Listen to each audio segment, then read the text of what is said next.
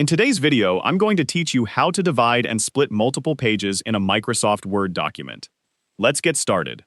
First, open Microsoft Word and open the document that contains the pages you want to divide or split. Once the document is open, review the pages and identify the sections or content that you want to separate. To divide the document into separate sections, place your cursor at the location where you want one section to end and another section to begin. Then, go to the Layout tab in the ribbon, look for the Breaks option, and click it to view the available choices. From here, you can use the appropriate break to separate the content and create a clear division between different parts of your document. If you want each part to begin on a new page, you can use a page break. Place your cursor where you want the new page to start, go to the Insert tab, and select Page Break.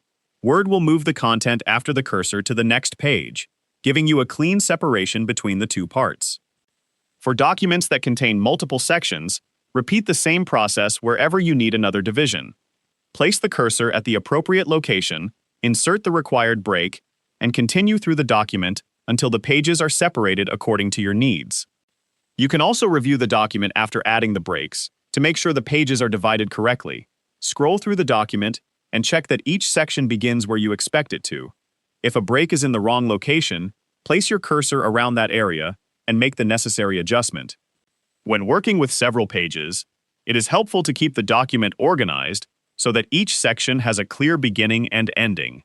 Page breaks can be useful when you simply want content to start on a new page, while section breaks can be used when different parts of the document need to be treated as separate sections. Once you have finished dividing and splitting the pages, review the entire document one more time to make sure the layout looks correct. Check that your headings, paragraphs, and other content remain in the appropriate sections. By using page breaks and section breaks in Microsoft Word, you can organize a long document into clearly separated parts without having to create an entirely new document for every section. If you found this video helpful, let me know in the comments, give it a like, subscribe to the channel,